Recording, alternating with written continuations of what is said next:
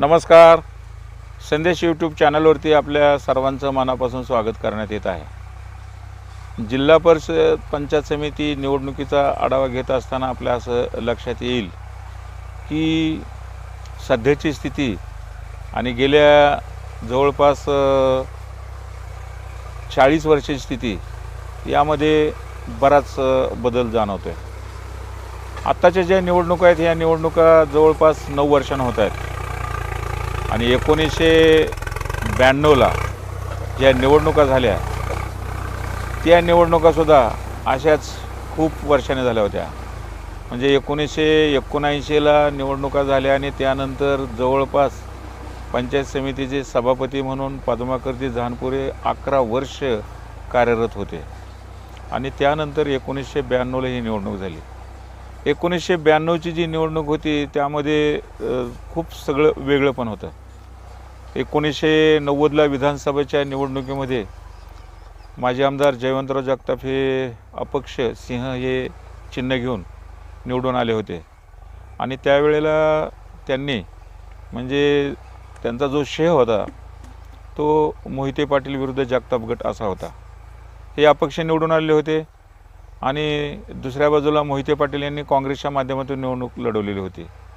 तर या निवडणुकीमध्ये स्वर्गीय दिगंबरराव बागल मामा माजी मंत्री हे त्यावेळी जयवंतराव जगताप यांच्यासोबत होते. 1992च्या निवडणुकीमध्ये त्यावेळेला जे आपण प्रतिनिधी पाहिले तर जयवंतराव जगताप यांच्यासोबत आपल्या उमरडचे वामनराव बदे, त्याचबरोबर दिगंबरराव बागल मामा, पोपटराव पाटील, तसेच यावेळेला जे आपण पाहिलं तर संदीपान बारकोंड ही जी मंडळी होती ती बागल यांच्यासह जगताप गटाकडे होती. तर मोहिते पाटील यांच्याकडं बाबीराजे भोसले, दशरथ कांबळे, पोलके आणि विशेषतः त्यांचे जे समर्थक होते ते रावसाहेब पाटील हे होते आणि विशेषतः रावसाहेब पाटील हे मोहिते पाटील गटाचं नेतृत्व करत होते. 1992ला जी निवडणूक झाली होती ती निवडणूक काँग्रेस, शिवसेना, भाजप यांच्यासोबत झाली होती.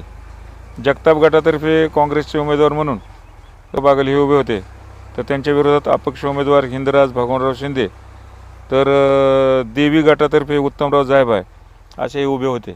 या निवडणुकीत बागल म्हणजे दिगंबरराव बागल हे मोठ्या फरकाने निवडून आले होते.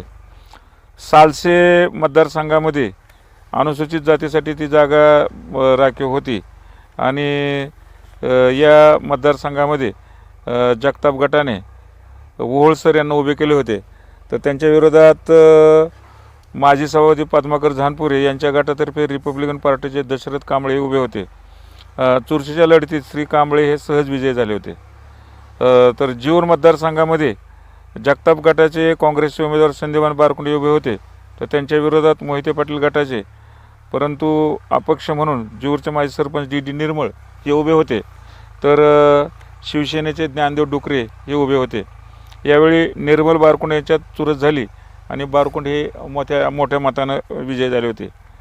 पोमलवाडी मतदारसंघामध्ये माजी आमदार रावसाहेब पाटील गटातर्फे काँग्रेसचे उमेदवार म्हणून बाबीराजे भोसले उभे होते, तर जगताप गटातर्फे माजी उपसभापती पोपटराव पाटील उभे होते. या लढतीत राजे भोसले हे मोठ्या फरकाने विजयी झाले होते. केम हा गट महिलांसाठी राखीव होता आणि या गटामध्ये काँग्रेसने ऐनवेळी उमेदवारी बदलली, तसेच मोहिते पाटील यांची उमेदवारी त्यावेळेस बदलली होती.